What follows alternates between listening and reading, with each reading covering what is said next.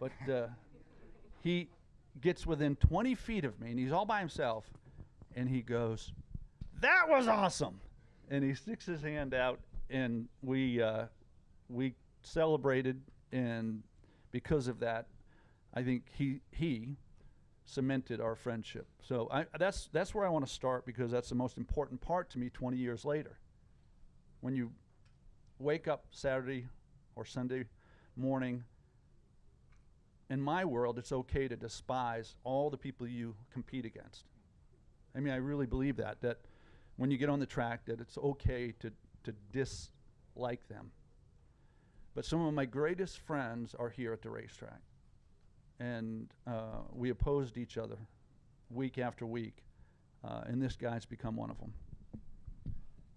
Kurt, Your go. You know, what made that such an awesome finish? I mean, because, you know, generally race car driver finishes second place. They're not smiling from ear to ear. But I saw the video. You were smiling from ear to ear, and you're still talking about it 20 years later. What made that finish so awesome from your perspective?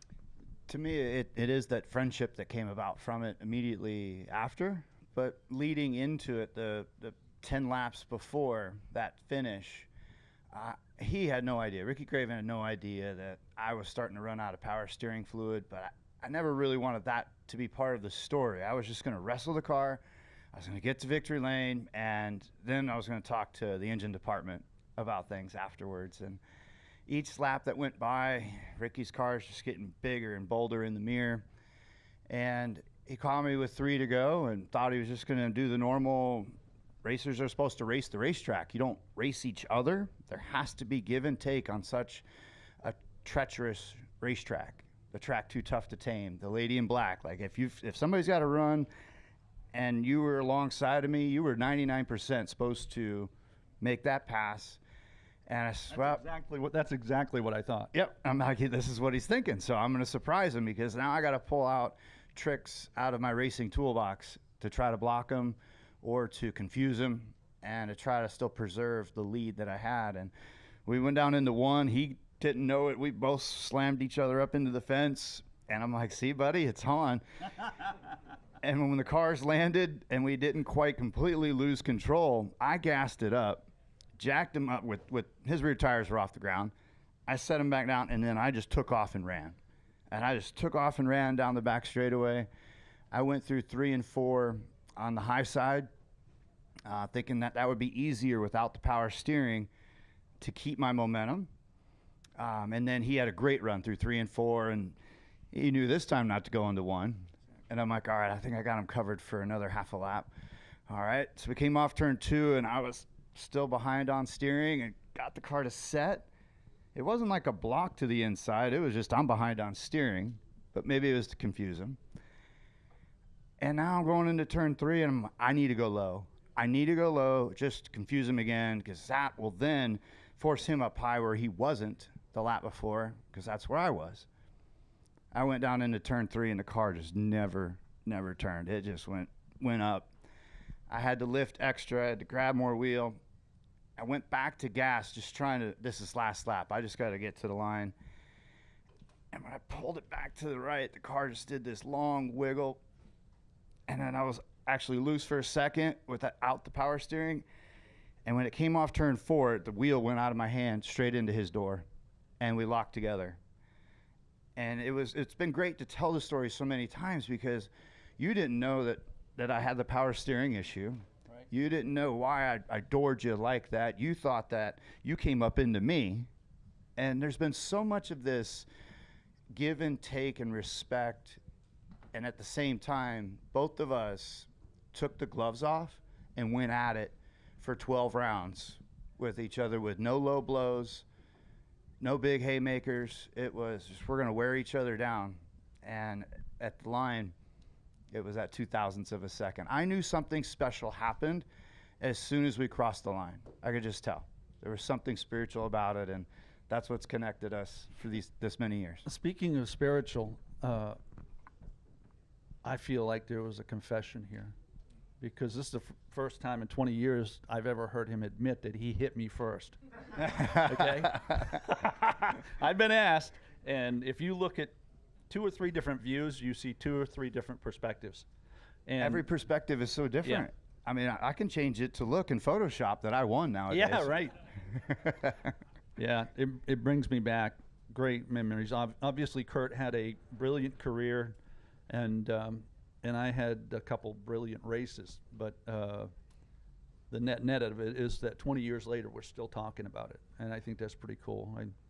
I think that's a reflection of all you, who I have a relatively clear understanding, having been with ESPN and Fox for 15 years, how hard your job is. But what you do feeds the fans, and the fans are the ones that really own this race. I mean, everywhere I go, if they've never met me, they want to talk about this race. And if I can add to that, our finish was the closest in history for many years, and then it was tied at Talladega, which is a track where you would expect those types of close finishes, not here. Yeah. And the media, the fans, and everyone still absorbs this, though, as the closest finish. It was almost like that Talladega 2011.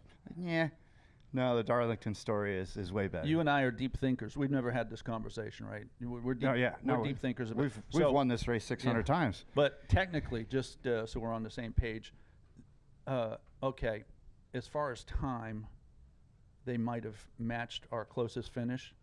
But I talked to a few engineers that said because the average speed at Talladega is higher, the distance between first and second was more. Further, yeah.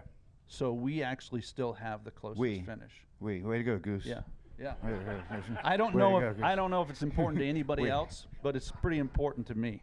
Well, hopefully the lady in black hasn't lost that love and feeling. Well, I'm sure we have some questions out here from the crowd. If you have a question, raise your hand. We're going to start with Ben. Go to Kelly. Hey guys, Ben White, Fayetteville Observer. I'm just curious, and correct me if I'm wrong, Ricky. Do you have the 32 car that you do have? I right? do. Okay, yeah. Kirk, do you know where the car is that you drove? Did it just get put back in rotation? Yeah, I would guess it was one of either chassis like 46 or 52. Like we had a really couple cool cars in 03 and 04. It's at Roush somewhere. Okay, but Ricky, where is your car now? I have my car. The short version of the story is that I had a bucket list of things I wanted to do after I retired, and some of them are kind of odd. For example, I wanted to go to a shareholder meeting, so I go to it would either be Bank of America or Duke because they're located in Charlotte. I go to a Duke shareholder meeting. I know nobody, but I see a guy that looks like Winston Kelly, and I go sit next to Winston, and we had a conversation. At the time, Winston was up to his neck in creating the NASCAR Hall of Fame in Charlotte, and we sat there for a few hours, and we talked about everything under the sun, and he said, that was a cool win, coolest win ever. And I said, yeah, I have that car. That was given to me as a retirement gift. And he said, wow, would you consider putting it on loan with the Hall of Fame? And I said, done deal. I said, the idea of having it covered up, it means nothing. If you can't see it, it doesn't exist. And we shook hands, and I believe, and Winston's here, but I believe it was the first or among the first artifacts donated. And it was at the Hall of Fame for 12 years. And it's on its way to New England. I'm trying to create something back home, and it's going to be an important part of that. Kelly? Kelly, CrandallRacer.com. I have a couple. First for Kurt. Over the years, there's been times where you've gotten really emotional talking about this race or this finish between you and Ricky. How much of that is because Darlington was a place that that victory never happened for you even after 03, right? Because 03 you would have thought, okay, he's going to get more chances, and it never happened, and here you are 20 years later, everybody still wants to talk about the one that you lost. Yeah, it is part of the legend of finishing second in the closest finish ever, because I never came back and won. I've never had the chance to conquer this racetrack and to go to victory lane and put a portion of the story to bed. And whether it was me messing up on the track and getting too many Darlington stripes and a flat tire, whether there was an engine failure or a mistake on a restart, You know, this is one of my favorite places to run, and there might be statistics of the loop averages that show that this might have one of my top 5 loop averages as far as running position and pace. It's just a matter of always finding that last little puzzle piece to put it together. And this track changes every year so quickly because of the asphalt here in South Carolina. You know, those crystals, that little sparkly like shine you see as you drive up and down the roads, that's in this racing asphalt, and it just chews up the tires. And this place changes so quick every year. Goodyear brings back a different tire combo. There's a different aero package, a different car. I just haven't quite found the right combo to unlock the lady in black. And for both of you, you both used the word friendship that developed after that finish. Would that have come naturally because you were bonded in a historic finish, or how much has also played into because it's over the years? Again, everybody wants to talk about it and connect you to, and this is a finish that's going to continue to be something that's talked about. If I can start, I would say this. This was in spring of '03, and I was going through, a battle with a rival driver during the summer of '03, and went up to New Hampshire and raced there for my first time in July of '03, and the crowd cheered beyond a normal driver introduction. And I went, what did I do? What went on? What happened? And it was his New England fans. It was the New Englanders. Everyone at New Hampshire Motor Speedway at the Magic Mile embraced me. And I'm like, wow, the connection of the race there in South Carolina. I'm a West Coast boy, and now I have all these New England fans. That's what made it more special to me behind the scenes. That's cool. I had never heard that. Well, thank you. Yeah. That took a lot of your fans. Yeah.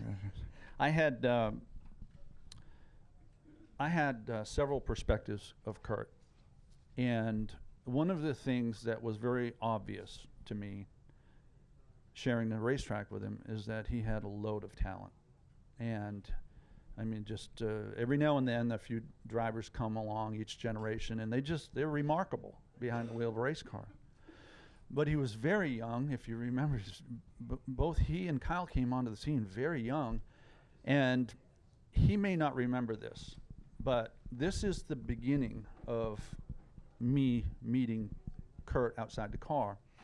I think it was his rookie year. We were at Rockingham, and Terry and I were battling, Terry Labonte, and Kurt went 3 wide off of turn 2 at Rockingham, got into Terry and wrecked him. Well, I had fresh tires. You guys were on old tires. Yeah, Go ahead. I didn't know that part. Okay. So the next week, wherever, and Kurt came in, and I said, "Did you go see Terry?" And he goes, "No, should I?" And I go, yeah, you should. And he goes, "Okay." I said, "Yeah, nobody wrecks Terry. He's just a great guy. And it didn't matter if he had new tires or not. Right?" So he goes, I don't see him. Next day he comes over, he goes, "We're good." And I go, "Yeah, okay." He goes, "We had a great conversation. Didn't start out great, had a great conversation." And to my knowledge, that was the end of it. But I only did that because when I came into the sport, there were a few drivers that reached out to me that were really good to me. Mark Martin crawled in the right side of the car and shook hands and said, "You belong here." And I never forgot it.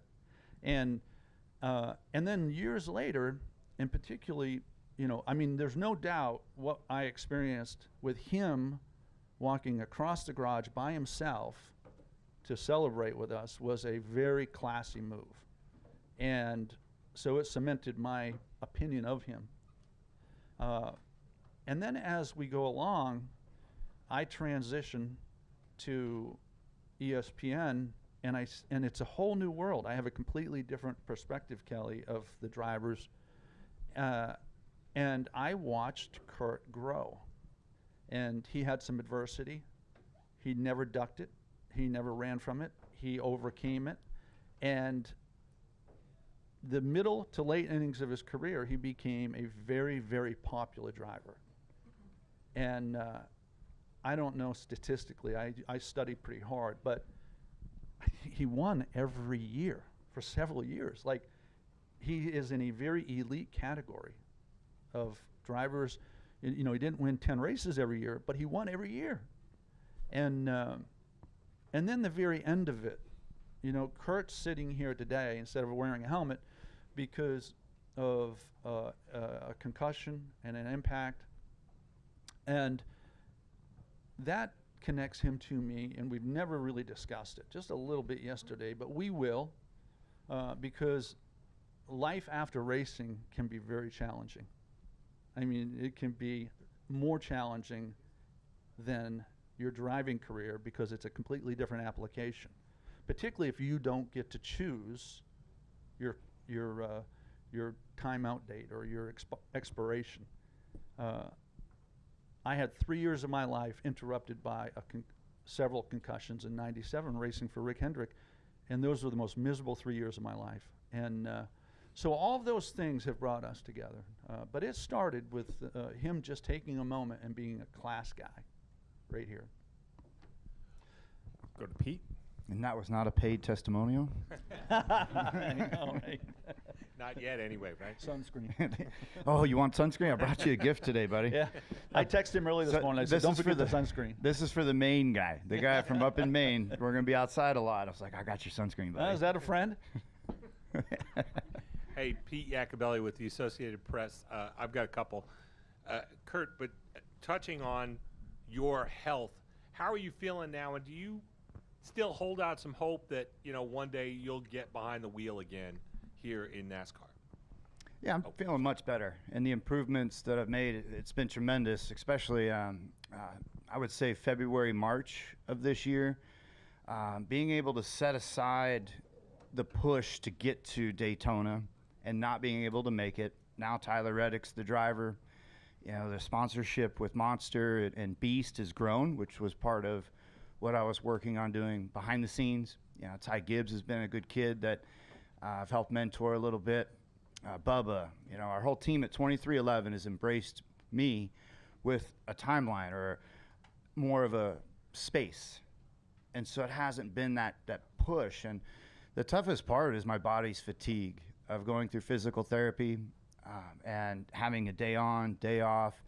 Different things in my body now are much more sensitive with my arthritis, my gout, and it's tough to walk some days after therapy just with just my feet cramping up. So then when I try the simulator, now things are feeling different. So I'm just working through other steps to still keep pushing.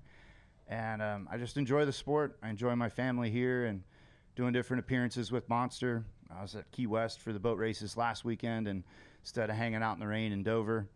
So there's some good decisions that are still being made around all of the sponsorship, and Toyota's been very helpful as well, doing fun things with them outside of a race car, but still doing car things. But do you still want to get back behind the wheel? I'm pushing, and that's where, the boat race, they just let me drive the boat. Hey, man, easy. They let me drive the boat back to the marina, and there's just it's all little things that keep adding up here. And for both of you, I mean, you remember 20 years ago, Darlington's place in NASCAR wasn't as secure as it seems, the revival that's going on here now. Do you feel like you showed what this track is capable of? You reminded people of that, and that it's helped get to the point where we're celebrating NASCAR history year after year here along with the Southern 500. I feel like we all did it as a community. I know exactly what you're saying. I thought we were going to lose Rockingham like we did, and we were going to lose Darlington.